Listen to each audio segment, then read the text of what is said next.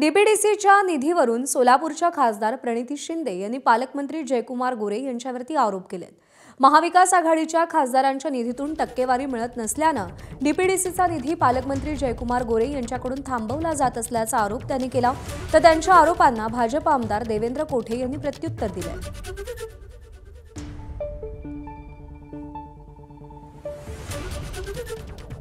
हे पहिल्यांदा झालं असेल की तिकडे ओमराजेंची, धैर्यशील दादांची आणि आता इथे माझी, आमच्या तिघांची डीपीडीसीची निधी थांबवली आहे।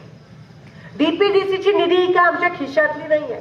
डीपीडीसी म्हणजे त्याच्यामध्ये तुमची रस्त्याची निधी असतात, सभामंडपची निधी असते, त्याच्यामध्ये कुठे डीपी आता गहू पेरण्याचे गव्हाचे दिवस आले तर लोकांना लाईट पाहिजे, डीपी दुरुस्त करायची पण निधी त्या डीपीडीसी ती या लोकांनी थांबवली का? कारण महाविकास आघाडीच्या खासदाराच्या निधीमधून टक्केवारी मिळत नाही म्हणून।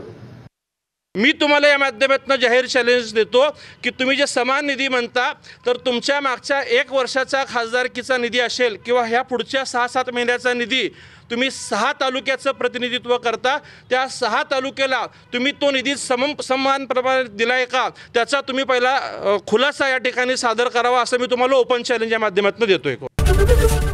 एबीपी माझा, उघडा डोळे बघा नीट।